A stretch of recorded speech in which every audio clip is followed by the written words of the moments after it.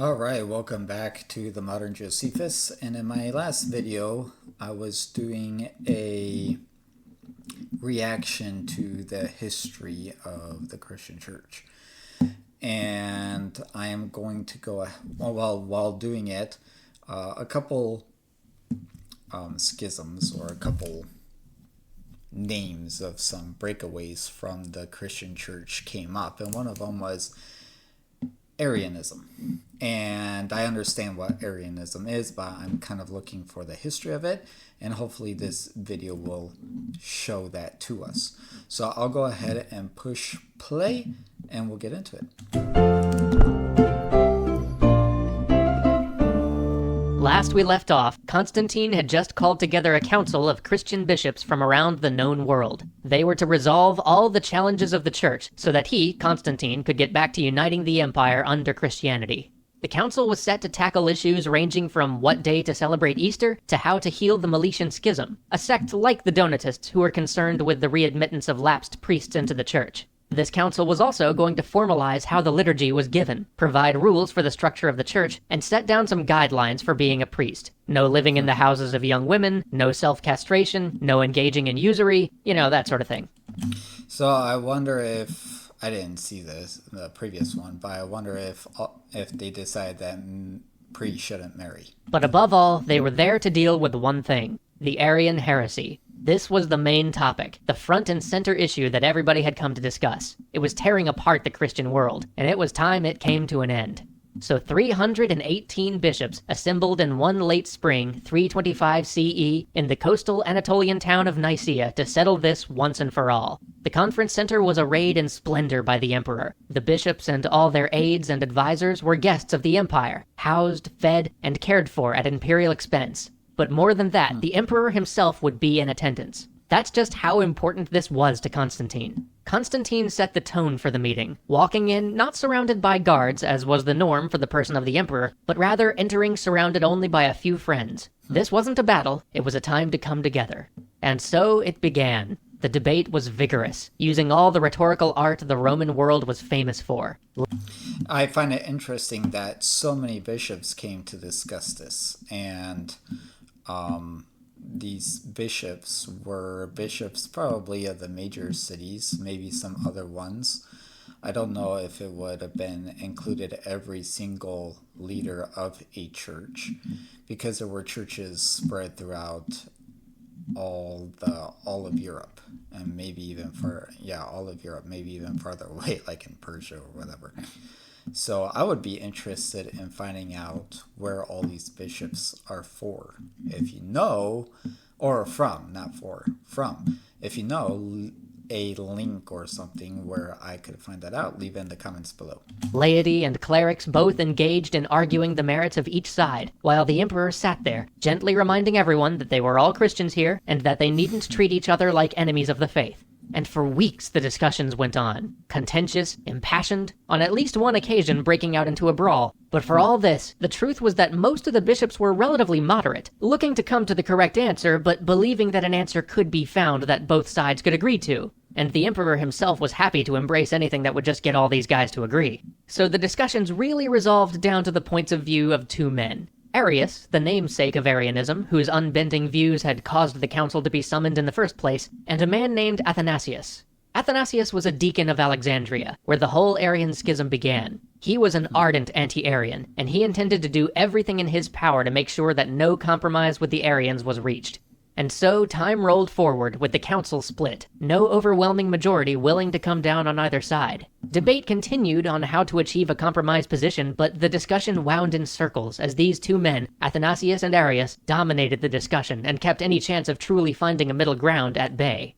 Still, time and again, the emperor reminded them all that they were here to heal the church, that as Romans and as Christians, they were more alike than different, and that they should be able to find a way to work such esoteric theological differences out. But Constantine, powerful, intelligent, and adroit as he was not the type of subtle theologian that Athanasius turned out to be. Because as the debate moved on, Athanasius began to introduce the term homoousian into the discussion. And this was a throw of the dice, because homoousian means of the same substance, which made many of the bishops a little uneasy, as it had been used in other heretical contexts before to claim that there was no difference between God the Son and God the Father. But Athanasius knew that this was a term that Arius had objected to in the past, and that he would never agree to any compromise that involved using the term homoousian. So Athanasius started to appear to be the reasonable one. He could look as if he were slightly willing to bend, knowing that no compromise he ever offered would be accepted so long as it could be worded talking about Christ as homoousian. And here's where the debate really began to get rowdy, because now people had to polarize. You had to agree with this term or not, as no one was going to compromise around it.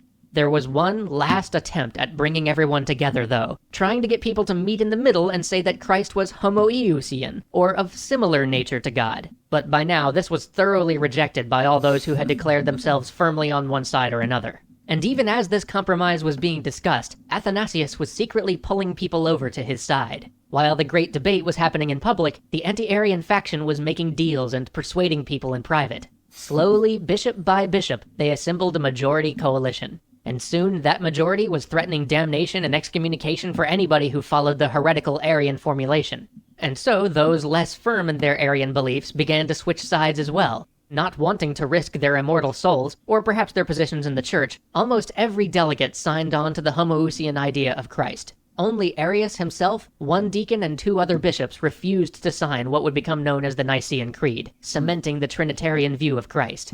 And thus, Arianism was declared heresy, its teachings anathema, and its preaching an exilable offense. And so the emperor got up, dusted off his chlamys, and thought to himself, job well done. I mean, after all, he had brought all the priests together, they had basically all agreed on something, and he could now exile those few who had disagreed, unity would be restored, and he could get back to ruling the empire. But it's not quite that simple, because a few months later, Constantine found he also had to exile a man named Eusebius, a prelate who had signed the creed but who continued to refuse to condemn Arius. This may seem like a small thing, one man being exiled over taking a half-hearted stand not condemning his friend, but Eusebius was actually a distant relative of Constantine's, and unlike Arius, who was principally known in Egypt and the ecclesiastical circles of the East, Eusebius was a member of Constantine's court. In fact, that's why he had to exile him, because he kept pushing for Arius in Constantine's inner circle long after Constantine was good and done with this whole heresy thing. But Constantine's sister liked Eusebius, and soon he was recalled from exile. But if there was any doubt which side Eusebius was on, his exile cemented him as a firm Arian. And so he worked at court day by day to soften the emperor's views on Arianism. And, as even exiling its principal supporters and declaring the belief heretical hadn't actually stamped out the Arian beliefs, Constantine began to be receptive to the idea of a softer rapprochement than he had previously been, a kind of coexistence. After all, he wanted harmony in his empire. But harmony was not on Eusebius's mind. He schemed against Athanasius, never publicly putting himself in opposition to him, but getting other groups to accuse Athanasius of a myriad of crimes. At last, through a rigged trial, he was able to get Athanasius convicted, and he convinced the emperor that it was actually Athanasius who was now preventing the rift in the Christian church to heal, with his die-hard refusal to readmit schismatics into the church, and that he should be exiled.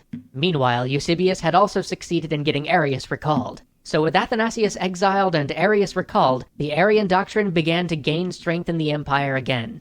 Constantine himself would, at the very end of his life, be baptized by Eusebius, and his son? His son would be a die-hard Arian throughout his rule. And though after hundreds of years the Nicene Creed would eventually win out, this reprieve for Arianism allowed it to spread and slip out of the empire. For Eusebius ordained a Goth named Ulphilas to go on a mission to the Gothic tribes, and he was successful. Now we're getting to what I wanted to know. Converting many and cementing Arian Christianity as the Christianity of the northern tribes. And this is one of the reasons that the Gothic tribes never really integrated into the Roman Empire. It's one of the reasons that rather than become assimilated like so many other groups, they remained separate, integral to the empire but never really being part of it. And in the end, it's part of why they tore the empire apart.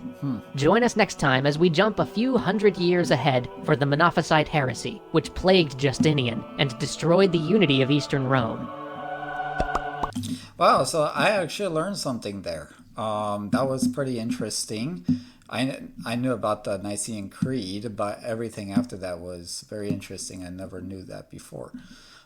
So Arianism was able to spread during Constantine's time because he had a change of heart, and it ended up going to the Goths. Okay, so now I pieced that together. All right, then. Well, thanks for watching with me. We'll see you next time, and yeah, like, share, subscribe, comment down below, and adios.